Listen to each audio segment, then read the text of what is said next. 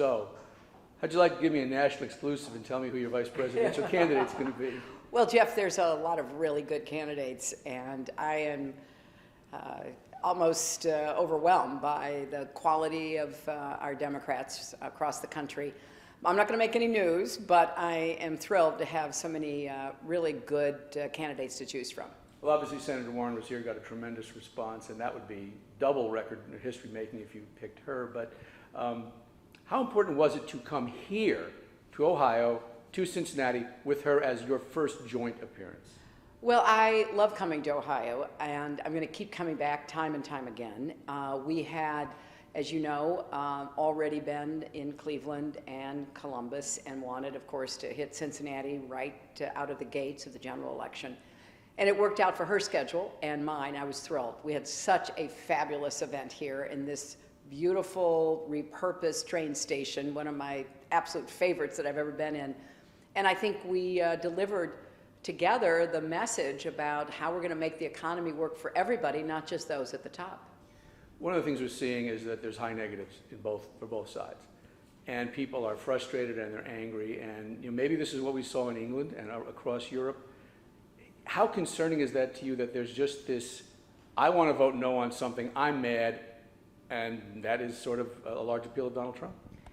I really understand why people are upset, why they are frustrated and angry even, because for most Americans, they haven't had a raise in 15 years. A lot of them haven't recovered the core of their family wealth since 2008 with the Great Recession. And I know what a difference it makes, because when my husband was president, we had 23 million new jobs. Incomes went up for everybody. We were on the right track. We took a detour, and we landed in a big ditch, and President Obama has spent his presidency digging us out, and we're making progress.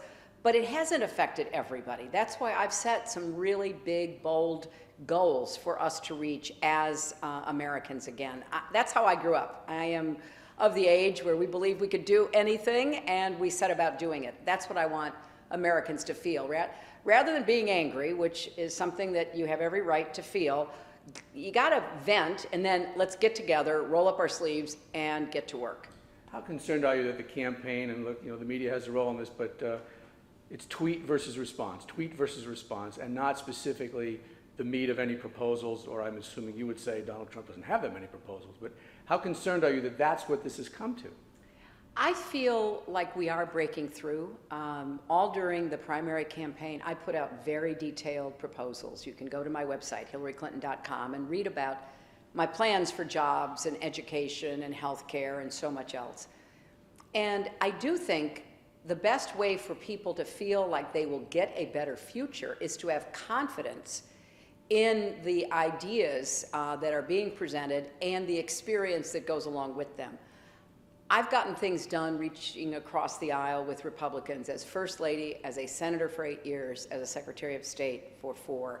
So I know we can make these things happen for people. And that's what I'm asking, is that as voters are making up their minds and they are listening to both Donald Trump and myself, ask yourself, who has the experience not of doing it for their own name and bankrupting companies and all the things we've seen from Donald Trump, but working to actually make progress on health care and jobs and so much else. One of the big issues I know you've worked on through your career in life is child welfare, child poverty, and that's a big initiative in Cincinnati we're seeing. What specific programs do you see under your administration to address poverty, particularly affecting children?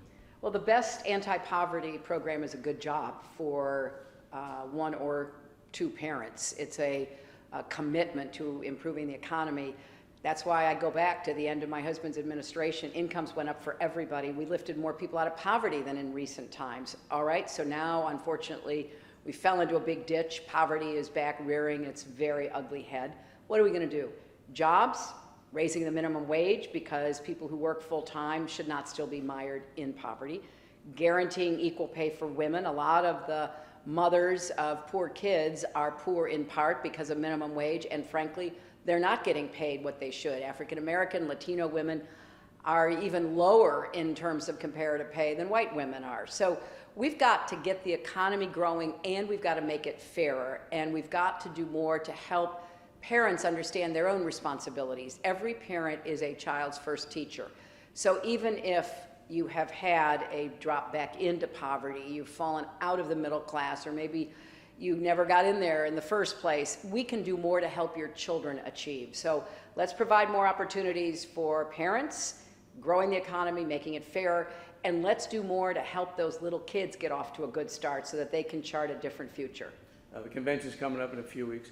How likely is it that you will have joint appearances with Bernie Sanders around the country after the convention? How important would that be to get the people who supported him to support you? Well, he is absolutely committed, as he has said numerous times recently, to defeating Donald Trump. He has said he will vote for me. I look forward to appearing with him. We're going to fan out across the country and go to every state that we possibly can. I'm running a 50-state campaign, but some states, like Ohio, will get a lot more attention because it's always close here. You really have to work for every vote, and that's exactly what I and my entire team will do. All right, thank you very much.